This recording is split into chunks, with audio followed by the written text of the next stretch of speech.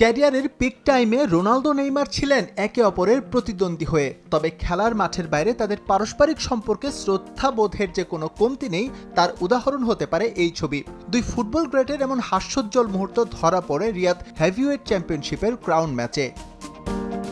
Saudi আরব পাড়ি জমানোর পর এর আগেও হেভিওয়েট বক্সিং চ্যাম্পিয়নশিপ দেখতে গেছেন রোনালদো। এদিন টাইসন ফিউরি এবং অলেকজান্ডার ইউসেকের হাই ভোল্টেজ ম্যাচে রন থাকবেন তা জানা গিয়েছিল আগেই, তবে সেখানে হুট করে হাজির হন নেইমার। ব্রাজিলিয়ান তারকার উপস্থিতিতে এই ক্রাউন ম্যাচ পায় ভিন্ন মাত্রা। শেষ হওয়ার পথে সৌদি আরবের চলতি মৌসুম, এরই মধ্যে নির্ধারণ হয়ে গেছে প্রো লিগ চ্যাম্পিয়ন। প্রতিদ্বন্দ্বী আল হিলালের কাছে আবারও শিরোপা খুইয়েছে রোনালদোর আল নাসর, তবে সে আক্ষেপ ভুলে হেভিওয়েট চ্যাম্পিয়নশিপ উপভোগ করতে দেখা গেছে পর্তুগিজ তারকাকে।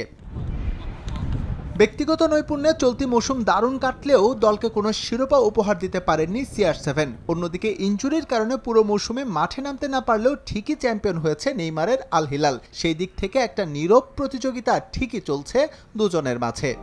নগদে 500 টাকা বা তার বেশি পেমেন্টে পেতে পারেন ঢাকায় জমিসহ 20 কোটি টাকার পুরস্কার। এর আগে স্পেনে থাকার সময় এমন পরিস্থিতি ছিল এই দুই সুপারস্টারের মাঝে। বার্সেলোনায় থাকা অবস্থায় লিওনেল মেসির সঙ্গে ঘনিষ্ঠ সম্পর্ক তৈরি হয় নেইমারের। তাদের আধিপত্যে রিয়াল মাদ্রিদে অনেকটা কোণঠাসা ছিলেন রোনালদো, তবে প্রতিদ্বন্দ্বিতা থাকলেও দুজনের মাঝে শ্রদ্ধাবোধ আছে যথেষ্ট পর্যায়ে। রিয়াল বার্সেলোনার ঝাঁঝালো উত্তাপ হয়তো সৌদি প্রো লিগে নেই, তবে আল নাসর আল হিলাল ম্যাচ এখানে বাড়তি মর্যাদার। যে লড়াইয়ে এখনও রোনালদোর প্রতিদ্বন্দ্বী নেইমার জুনিয়র। চলতি মৌসুমে কিংস কাপে মুখোমুখি হবে দুদল। তার আগে রিয়াদ হেভিওয়েট চ্যাম্পিয়নশিপে একটা উষ্ণ সময় কাটালেন এই দুই ফুটবল গ্রেট। SM ইকবাল, সময় সংবাদ।